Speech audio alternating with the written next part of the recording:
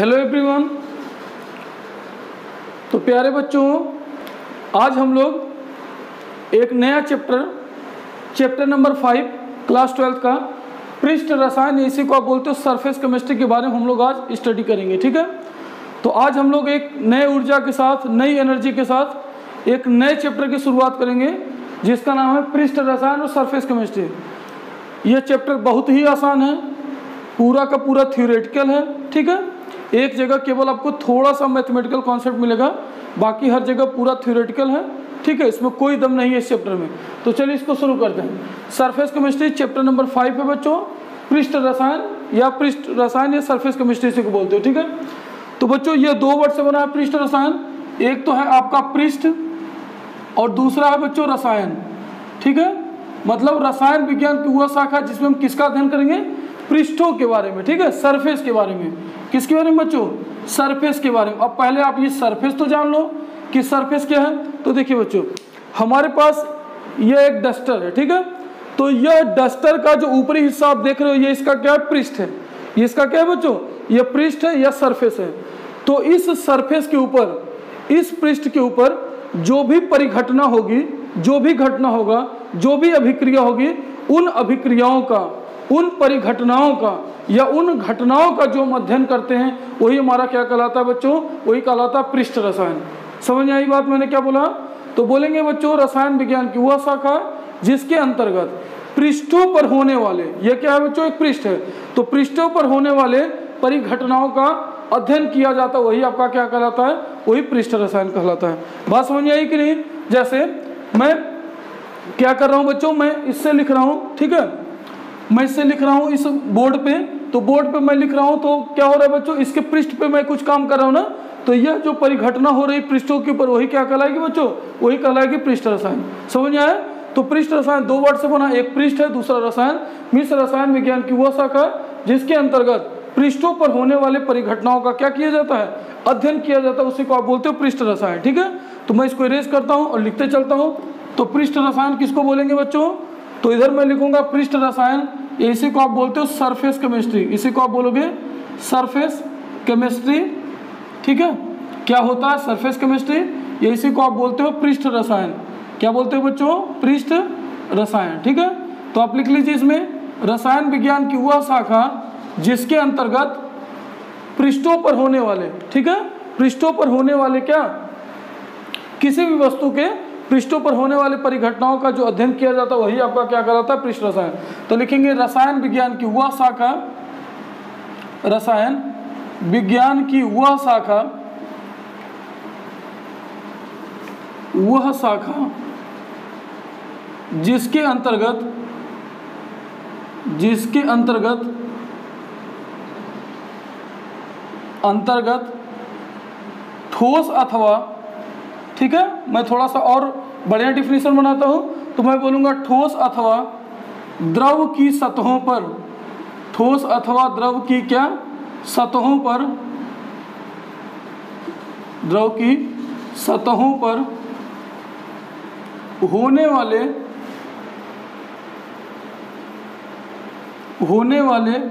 परिघटनाओं का अध्ययन किया जाता है, परिघटनाओं का अध्ययन किया जाता है,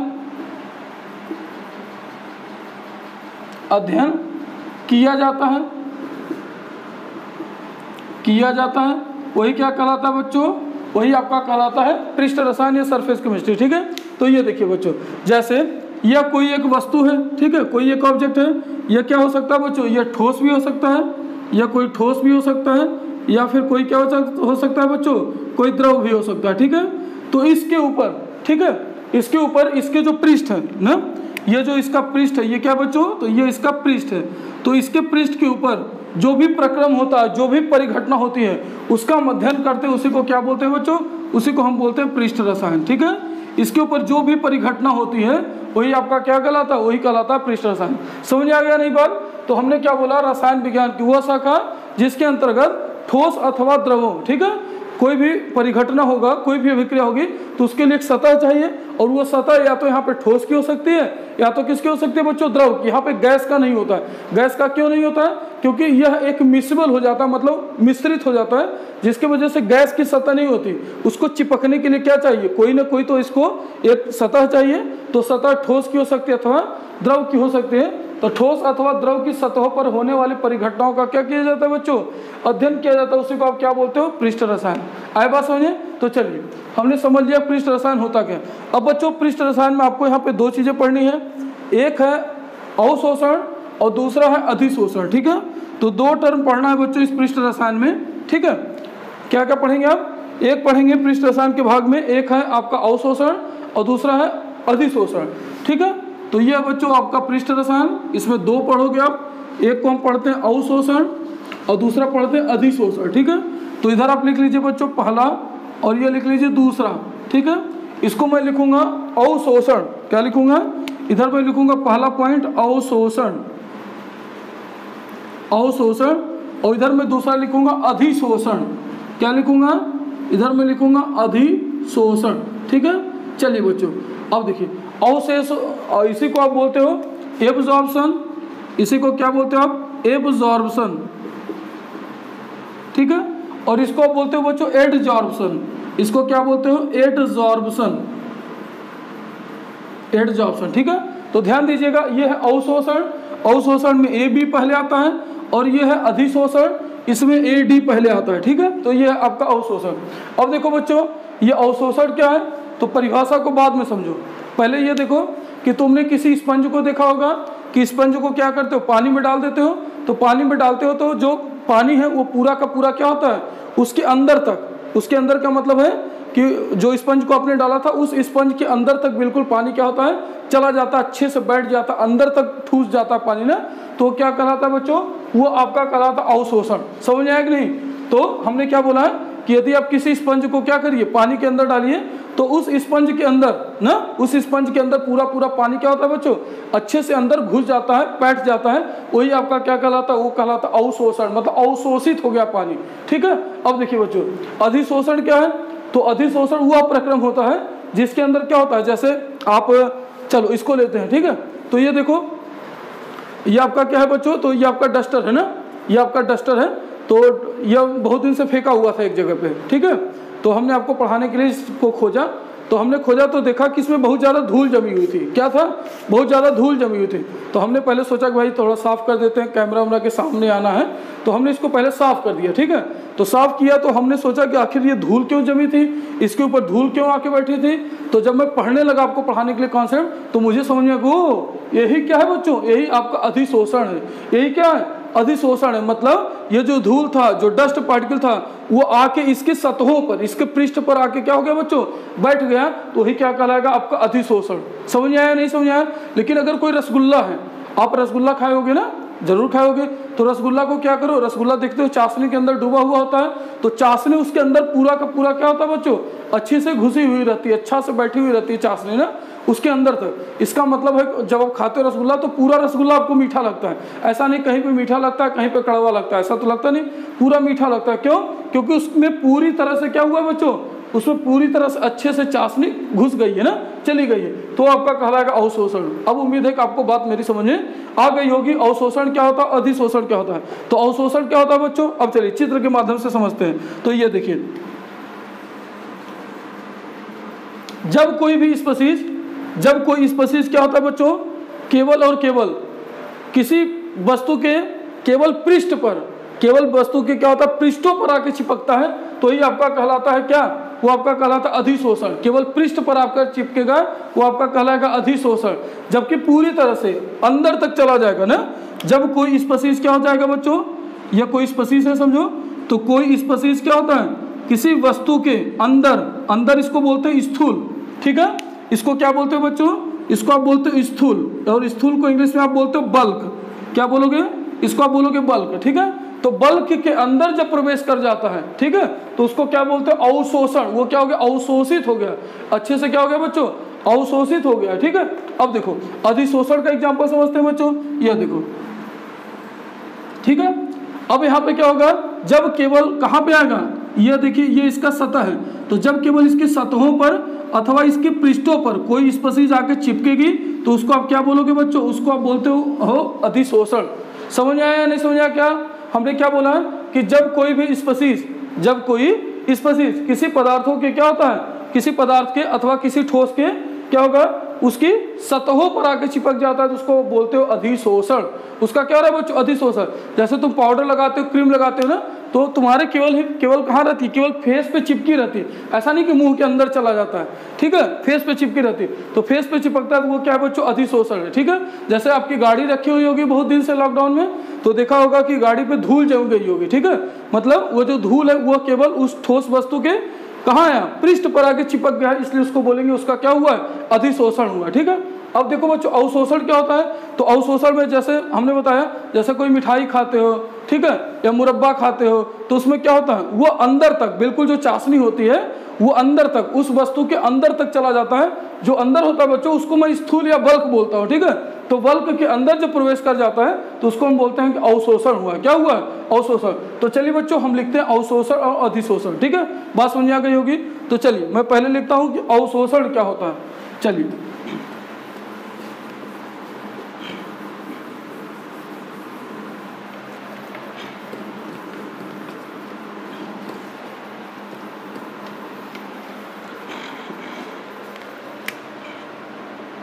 चलिए तो पहला कॉन्सेप्ट लिखते हैं बच्चों अवशोषण, ठीक है, अवशोषण। इसी को आप लिखेंगे इंग्लिश में एब्जॉर्प्शन। क्या लिखेंगे, एब्जॉर्प्शन, ठीक है। चलिए भाई इसमें देखिएगा जब मैं लिखता हूँ इंग्लिश में तो यहाँ पे ए बी आता है, एब्जॉर्प्शन में क्या आता है, ए बी, ठीक है।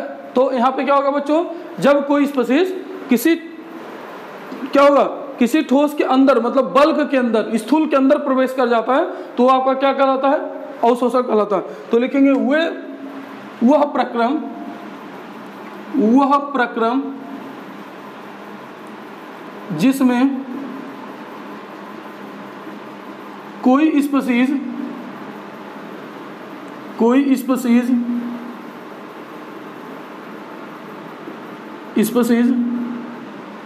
स्थूल के अंदर, स्थूल इसी को आप बोलते हो बल्क, ठीक है, बल्क के अंदर प्रवेश कर जाता है, बल्क के अंदर प्रवेश कर जाता है,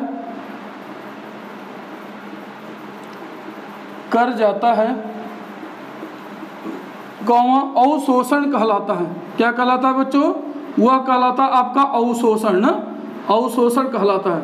जो रसगुल्ला वाला एग्जाम्पल हमने दिया था वो क्या हो रहा है बच्चों, अवशोषण होना। खाना खाते हो तो तुम्हारे पेट के अंदर चला जाता है, वह भी क्या हो रहा है बच्चों, अवशोषण हो रहा है, ठीक है, उसका क्या हो रहा है बच्चों, अवशोषण, ठीक है। तो चलिए एग्जाम्पल लिखते हैं, जैसे अमोनिया है बच्चों, एग्जाम्पल उदाहरण, ठीक है। पहले ये समझो, ये चित्र देख लो, तो ये क्या होगा, ये आपका स्थूल है, ये क्या है बच्चों, स्थूल। इसी स्थूल को आप बोलते हो बल्क, ठीक है, यह क्या है बच्चों, बल्क होता है। तो बल्क के अंदर कोई स्पीशीज मतलब कोई भी अणु हो सकता है, परमाणु हो सकता है, वो कहाँ प्रवेश कर जाता है, तो वह आपके बल्क के अंदर ना, इस स्थूल के अंदर प्रवेश कर जाता है, इसीलिए इसको आप क्या बोलते हो, इसको बोलते हो अवशोषण, ठीक है। इसका जैसे उदाहरण लिखते हैं बच्चों, इसका उदाहरण क्या क्या है, तो देखिए अमोनियम मॉलिक्यूल जल से अभिक्रिया करता है और जल से अभिक्रिया करके अमोनियम हाइड्रोक्साइड NH4OH बना लेता है ना। तो ये अमोनियम हाइड्रोक्साइड का निर्माण भी क्या है बच्चों, ये आपका अवशोषण का उदाहरण है, ठीक है। यहाँ पे रसगुल्ला वाला एग्जाम्पल नहीं लिखेंगे, वो बस समझाने के लिए हमने बताया।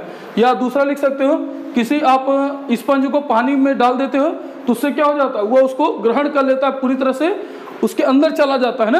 तो ये हो गया एग्जाम्पल। तो दूसरा लिख सकते हो बच्चों, ये पहला एग्जाम्पल हो गया। दूसरा, किसी स्पंज के टुकड़े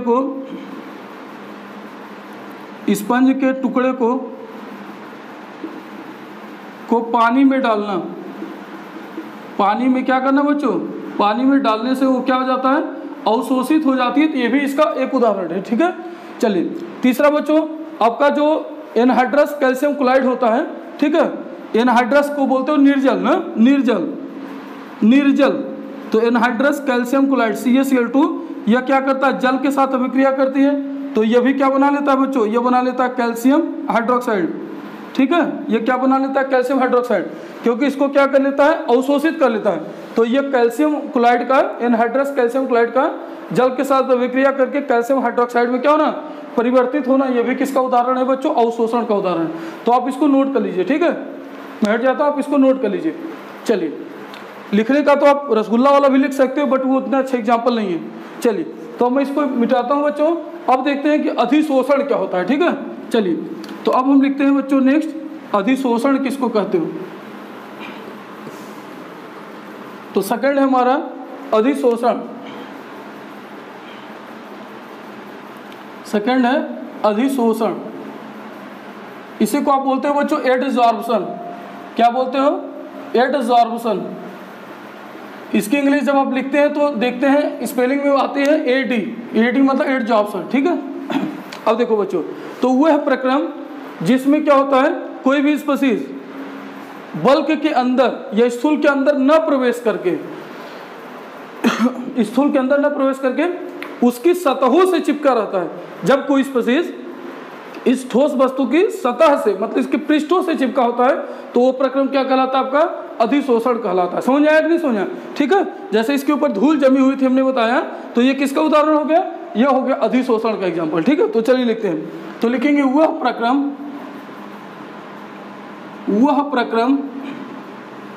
जिसमें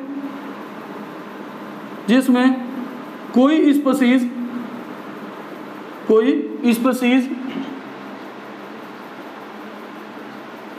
स्पीशीज क्या होता है बच्चों, किसी वस्तु के स्थूल में न प्रवेश कर किसी वस्तु के स्थूल में न प्रवेश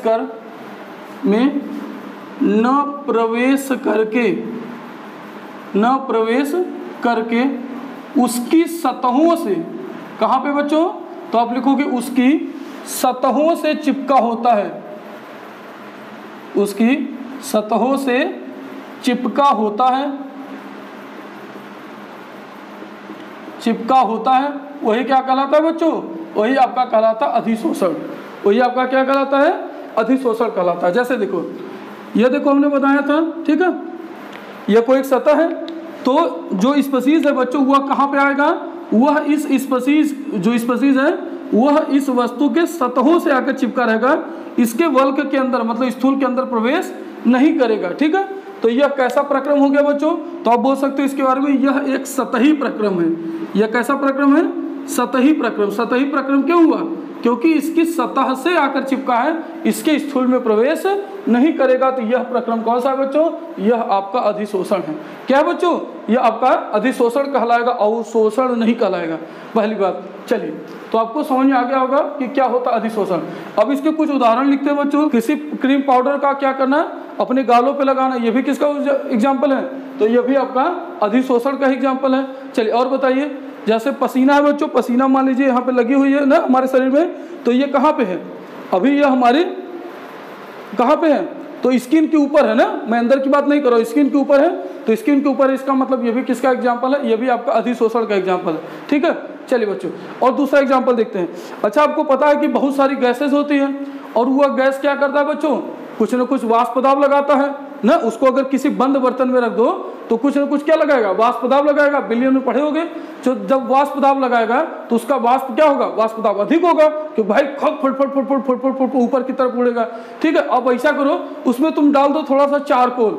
चारकोल का मतलब है कोयला, कोयला का जो पाउडर होता है उसको डाल दो। जैसे उसको तुम डालोगे वैसे ही उसका वाष्प दाब क्या हो जाएगा, कम जाएगा, उसका वाष्प दाब कम हो जाएगा। क्यों कम हो जाएगा, क्योंकि वह जो चारकोल है वह गैसों की सतहों पे क्या हो गया बच्चों, वह उसकी गैस की सतहों पे अधिशोषित हो गया है, उसकी गैसों की सतहों पे अधिशोषित हो गया। तो ये भी एक एग्जाम्पल है। दूसरा, अगर कोई रंगीन विलयन है, उस रंगीन विलयन में भी तुम चारकोल को डाल दो तो उसका जो रंग है बच्चों वह रंगहीन हो जाएगा, उसका रंग जैसा है कलर है वह कलर थोड़ा सा डिसअपियर हो जाएगा, मतलब क्या हो जाएगा, रंगहीन हो जाएगा। तो उसका रंग का उड़ जाना भी क्या कहलाएगा, आपका अधिशोषण का एग्जाम्पल है, ये हो गया। दूसरा, तुमने नया मोबाइल खरीदा होगा, ठीक है, आजकल बड़ा लॉकडाउन लोग मोबाइल भी खरीद रहे हैं भाई, ठीक है।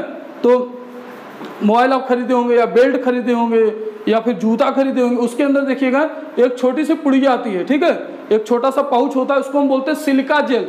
उसको सिलिका जेल, उसमें छोटे छोटे छोटे छोटे दाने होते हैं, तो उसको आप सिलिका जेल बोलते हो। तो वो सिलिका जेल का काम क्या है, कभी सोचा है? जब नया नया आप जूता खरीदते हो तो उसमें छोटा सा एक डिब्बा दिया होता है, ठीक है, छोटा सा पाउच होता है, ऊपर लिखा रहता है सिलिका, ठीक है, इतना छोटा सा होता है, और उसके ऊपर लिखा रहता है सिलिका जेल। वो क्या काम करता है, तो जो मॉइस्चर है, जो नमी है ना, नमी को सिलिका जेल अवशोषित करता है। क्या करता है? सिलिका जेल नमी को अवशोषित। तो ये कुछ एग्जांपल्स हैं। तो चलिए बच्चों, हम एक एक करके लिखते हैं इसके एग्जांपल्स के बारे में, ठीक है। तो अधिशोषण का एग्जाम्पल हम लिखते हैं। चलिए देखिए, इसका एग्जाम्पल कौन कौन है बच्चों? तो पहला उदाहरण लिखिए, सिलिका जेल के द्वारा नमी को अवशोषित करना ना।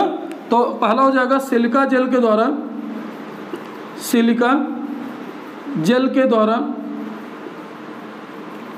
जेल के द्वारा नमी को अवशोषित करना। नमी को क्या करना बच्चों? अवशोषित ना, अवशोषित करेगा, लेकिन कहाँ पे? मतलब उसका क्या होगा? अवशोषण होगा कि अधिशोषण? अधिशोषण होगा। तो सिलिका जेल के द्वारा नमी को क्या करना? अधिशोषित करना, उसकी सतहों पे जाके चिपक जाएगा, तो अधिशोषित करना, ठीक है, ये हो गया। तो अधिशोषण होता है उसका। दूसरा पॉइंट बच्चों हमने क्या बोला था कि जो वाष्प दाब होते हैं, गैसों का जो वाष्प दाब होता है, गैस को अगर किसी बंद बर्तन में आप डालिए तो क्या होता है? उसका वाष्प दाब लगेगा, खूब वाष्प दाब लगेगा। लेकिन जैसे तुम चारकोल को डाल दो तो चारकोल को डालने पर जो गैस होता है वो क्या होता है? गैस की सतहों पे आके चिपक जाता है ना। तो चारकोल का दूसरा एग्जाम्पल लिखते हैं, चारकोल। चारकोल क्या है भाई? तो चारकोल वही लकड़ी का जो कोयला होता है ना, उसी का पाउडर। तो चारकोल बोलेंगे चारकोल का गैसों, ठीक है, जैसे ये O2 हो गया, N2 हो गया, ठीक है। तो गैसों की सतहों पर, गैसों की सतहों पर क्या होना? पर अधिशोषित होना। क्या लिखोगे? अधिशोषित होना, अधिशोषित होना, ठीक है, ये हो गया। दूसरा बच्चों, अगर कोई रंगीन कोई विलयन है, जैसे मिथाइलिन ब्लू हो सकता है, और उसके ऊपर आप क्या करते हो, कोई आप चारकोल का पाउडर डाल दो तो उससे भी उसका रंग क्या हो जाता है? उड़ जाता है या रंगहीन हो जाता है, ठीक है, रंगहीन हो जाता है। तो तीसरा लिखेंगे क्या? रंगीन विलयनों में, रंगीन विलयनों में, विलयनों में चारकोल को डालना। चारकोल को क्या करना? चारकोल को डालने पर क्या होता है? डालने पर अधिशोषित होना। क्या होता है बच्चों यहाँ पे? अधिशोषित, अवशोषित मत लिखिएगा, अधिशोषित होना, ठीक है। तो ये कुछ एग्जांपल्स हमने लिखवाया है, आप इतना नोट कर लीजिए पहले, ठीक है, फिर मैं आपको आगे बताता हूँ। तो देखिए, नोट कर लिया। तो हमने क्या बोला बच्चों कि जो सिलिका जेल होती है, जो आपका पाउच होता है ना, नया नया मोबाइल खरीदे होंगे या घड़ी खरीदे होंगे या बेल्ट खरीदे होंगे, शूज खरीदे होंगे, तो उसमें छोटा छोटा क्या होता है? सिलिका जेल का पाउच होता है। वो जो सिलिका छोटे छोटे छोटे छोटे एकदम होते हैं, उसके अंदर अगर कभी फाड़ के देखिएगा तो सिलिका जेल क्या करता है? नमी को अधिशोषित कर लेता है, ठीक है, उसकी सतहों पर जाके चिपक जाता है, इसीलिए वो दिया होता है, ठीक है। तो चलिए दूसरा, चारकोल को क्या होता है? गैसों की सतहों पर अधिशोषित होना। कोई अगर बंद बर्तन है और उसके अंदर गैस भरी है तो खूब वाष्प दाब लगाएगा, लेकिन जैसे चारकोल को डाल दो क्या हो जाता है? वो जाके उस चारकोल पे क्या हो जाता है बच्चों? अधिशोषित हो जाता है, ठीक है। इसी तरह रंगीन विलयनों में चारकोल को डाल दो तो उसका भी कलर क्या हो जाता है? डिसअपियर हो जाता है। तो ये सब एग्जाम्पल हो गया किसका? अधिशोषण का, ठीक है। आए बात समझिए। तो चलिए भाई, अधिशोषण के कुछ हम भाग देखते हैं, कौन कौन से भाग हैं, ठीक। अब हेडिंग डालेंगे बच्चों, अधिशोषण के भाग, अधिशोषण के भाग। इसको आप लिखोगे पार्ट्स ऑफ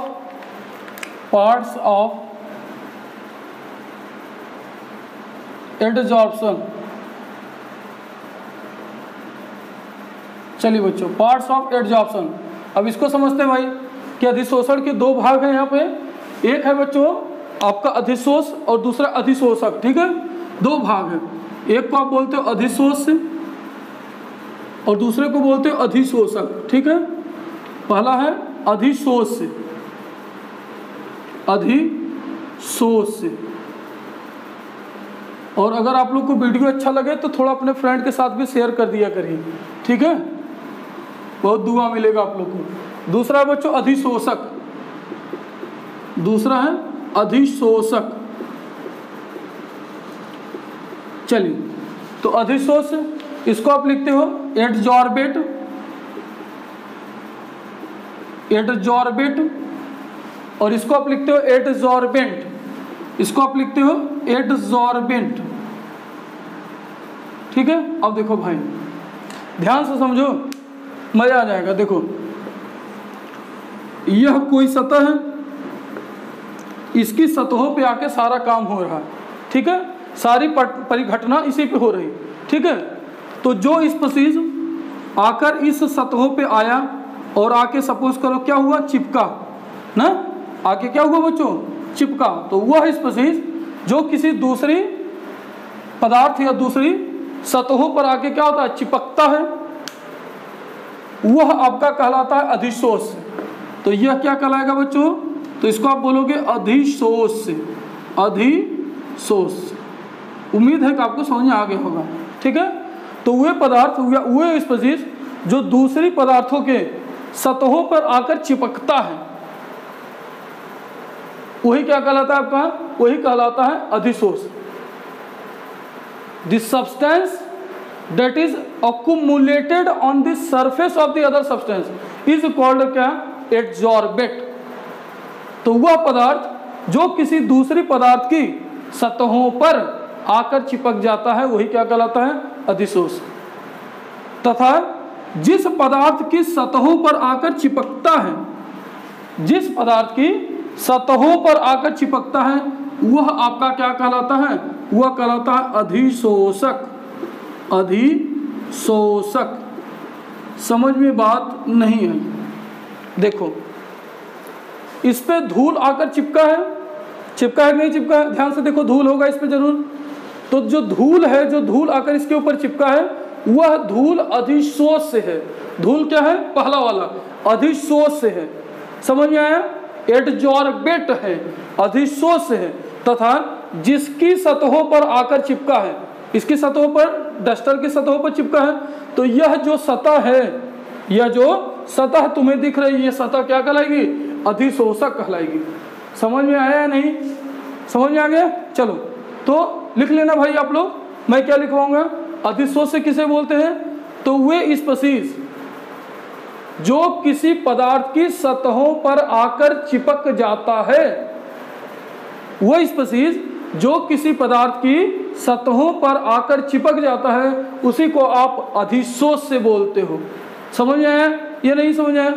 तो हमने भाई क्रीम पाउडर खूब लगाया था मस्ती में, तो जो क्रीम पाउडर हमने लगाया अपने चेहरे के ऊपर, जो फेयर एंड लवली लगाई और बोरो प्लस जो लगाया, ठीक है, तो वह क्या हुआ, तो जो हमारा चेहरा है वह अधिशोषक हुआ, और जो क्रीम हमने लगाई वह क्या हुआ, वो अधिशोष से हुआ। क्लियर है नहीं या नहीं?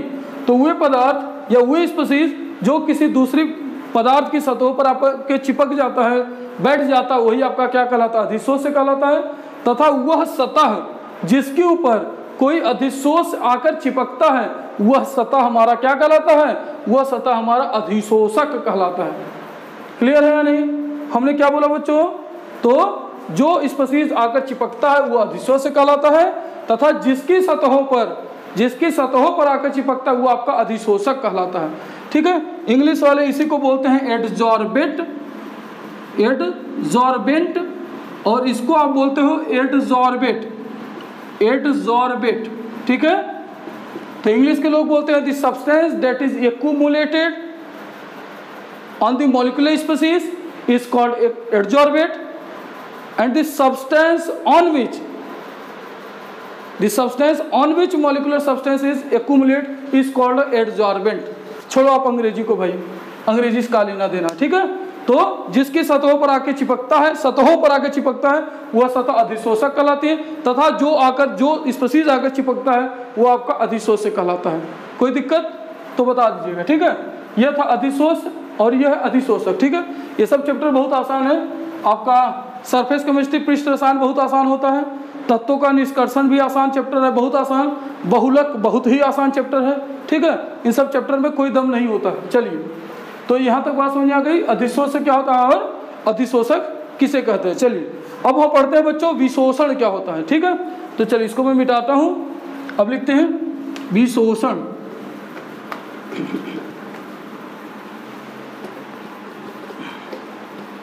देखो भाई, अब नेक्स्ट है विशोषण क्या होता है।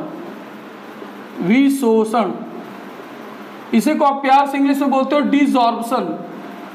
डिजॉर्प्शन, चलिए मैं यहाँ लिख लेता हूँ डिजॉर्प्शन और एक लिख लेता हूँ शोषण, ठीक है। एक और है जिसको आप बोलते हो शोषण, इसको आप बोलते हो बच्चों सॉर्प्शन, इसको आप क्या बोलते हो सॉर्प्शन।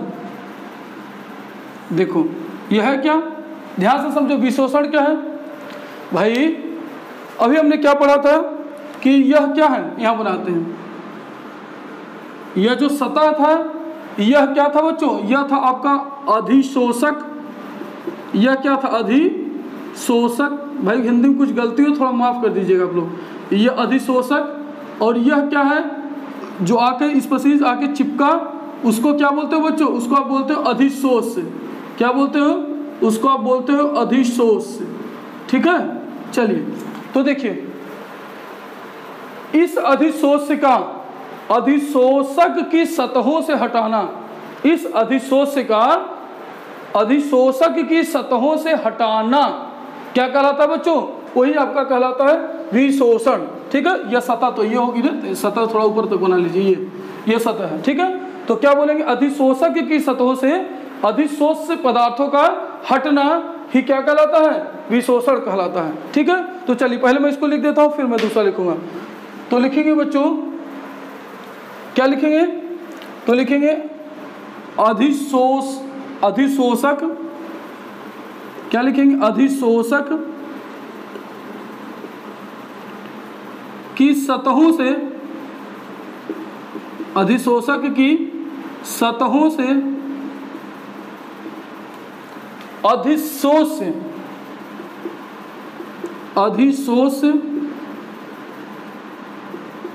अणुओं का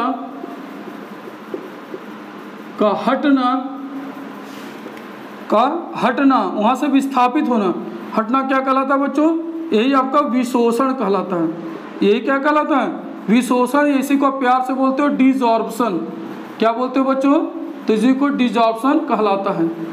कोई दिक्कत, तो क्या बोलेंगे इसको, तो मैं बोलूँगा क्या कि अधिशोषक की सतहों से अधिशोष अणुओं का हटना या हटाना ये क्या कहलाता है आपका, डिजॉर्प्शन कहलाता है, ठीक है।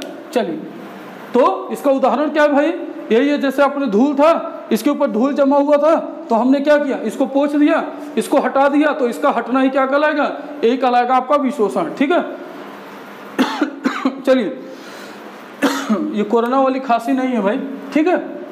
चलिए नेक्स्ट इसके बाद शोषण किसको बोलते हैं, शोषण, इसी को आप बोलते हो सॉर्प्शन, इसी को बोलते हैं सॉर्प्शन या शोषण। अब देखो कभी कभी ऐसा भी होता है बच्चों कि वह प्रक्रम जिसमें अवशोषण तथा अधिशोषण, अवशोषण याद है ना, क्या बोला था, तो अवशोषण में क्या होता था, स्थूल के प्रक्रम के अंदर, वह प्रक्रम जिसके अंदर क्या होता है, स्थूल के अंदर कोई स्पीशीज पूर्ण रूप से क्या हो जाती है, वितरित हो जाती है, उसी को आप क्या बोलते थे, उसी को बोलते थे अवशोषण। तो जब अवशोषण तथा अधिशोषण मतलब उसकी सतहों पे आके चिपकेगा, तो जब अवशोषण तथा अधिशोषण का प्रक्रम साथ साथ चलता है तो उसी को आप क्या बोलते हो, उसी को बोलते हैं शोषण, या इसी को इंग्लिश में बोलते हैं सॉर्प्शन, ठीक है। तो क्या लिखेंगे, लिखेंगे जब अधिशोषण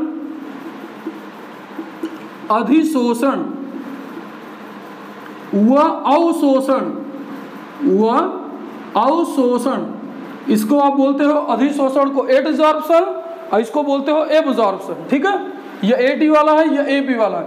तो जब अधिशोषण व अवशोषण की प्रक्रिया साथ साथ चलती है, कैसे चलती है, साथ साथ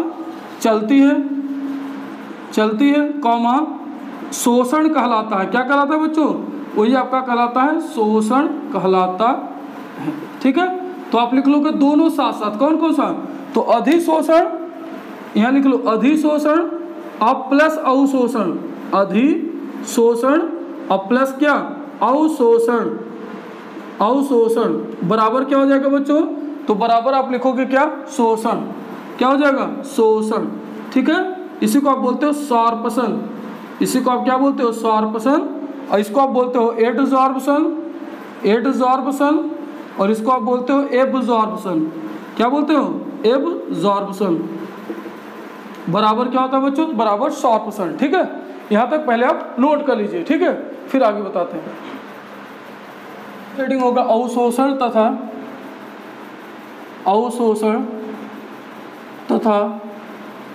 अधिशोषण में अंतर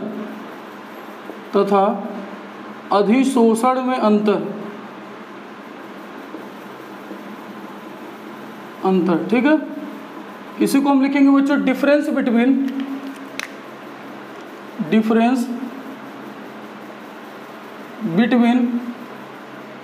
अवशोषण को बोलते हैं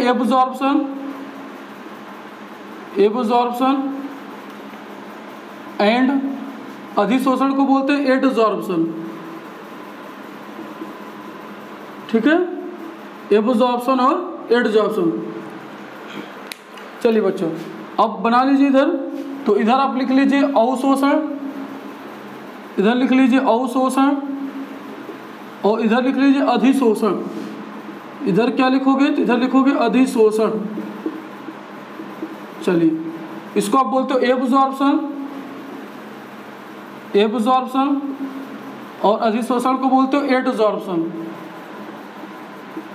चलिए बच्चों, तो अभी हमने बताया था कि अवशोषण का प्रक्रम कहाँ होता है, स्थूल के अंदर होता है, तो यह स्थूल के अंदर होता है। यह प्रक्रम कहाँ होता है, तो यह प्रक्रम स्थूल के अंदर होता है। स्थूल मतलब समझ में आ रहा है ना, अंदर की तरफ।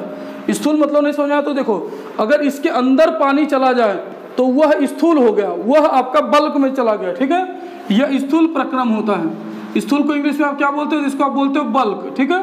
तो यह आपका स्थूल या बल्क प्रक्रम होता है, बल्क प्रक्रम होता है, ठीक है। चलो इधर लिखते हैं बच्चों पहला, यह आपका पहला पॉइंट, यह क्या है, तो इसके बारे में लिखोगे यह कैसा होता है, तो यह आपका एक सतही प्रक्रम होता है। यह सतह में होता है, यह कहाँ होता है, सतह अथवा पृष्ठ, सतह या पृष्ठ पर होता है, तो यह सतह पर होता है, ठीक है बच्चों। तो यह है पहला पॉइंट। अब दूसरा पॉइंट देखिए, तो यह जो होता है यह कैसा प्रक्रम है, स्थूल पर होता है, ठीक है। यह प्रक्रम स्थूल पर होता है, ठीक है, यह प्रक्रम स्थूल पर होता है, यह स्थूल प्रक्रम है। दूसरा यह कैसा प्रक्रम है, बोलेंगे स्थूल प्रक्रम है, यह स्थूल प्रक्रम है ना, यह है, तो दूसरा लिखोगे यह सतही प्रक्रम है, यह सतही प्रक्रम है, ठीक है, लिख लीजिए आप, यह सतही प्रक्रम है। थर्ड पॉइंट बच्चों, इसमें जो साम्य होता है वो धीरे धीरे स्थापित होता है, मतलब अवशोषण की प्रक्रिया क्या होती है, धीरे धीरे होती है, जबकि यहाँ अधिशोषण क्या होता है, तीव्र गति से होता है, ठीक है। ऐसा नहीं कि तुरंत रसगुल्ला डाला और तुरंत चाशनी अंदर घुस गया ना, उसमें समय लगता है। तो यह क्या है, अवशोषण की प्रक्रिया क्या होगी बच्चों, तो इसमें आप क्या बोलोगे, इसमें साम्य स्थापित होने में समय लगता है, इसमें साम्य की प्रक्रिया धीरे धीरे होती है। साम्य स्थापित होने में क्या होता है बच्चों, धीरे धीरे समय लगता है, तो इसमें साम्य की प्रक्रिया धीरे धीरे होती है, धीरे धीरे होती है, ठीक है। अब इसमें क्या लिखेंगे बच्चों, तो इसमें साम्य की प्रक्रिया तीव्र गति से होती है, इसमें साम्य की प्रक्रिया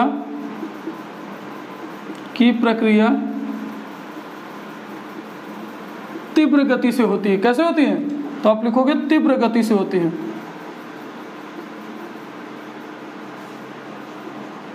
ठीक है।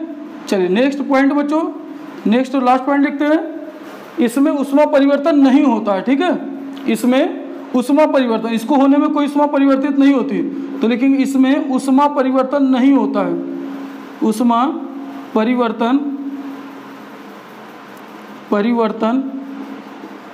नहीं होता है,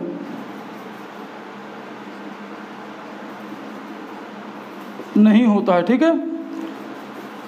जबकि इसमें क्या लिखेंगे बच्चों, यह कैसा प्रक्रम है, चलो कुछ ऊष्मा क्या होती है, मतलब मुक्त होती है, तो आप क्या बोलेंगे बच्चों, लगती नहीं है बल्कि मुक्त होती है, तो यह आपका ऊष्मा क्षेपी प्रक्रम है। यह कैसा प्रक्रम है, मैं फिर बोल दे रहा हूँ, यह ऊष्मा क्षेपी प्रक्रम है।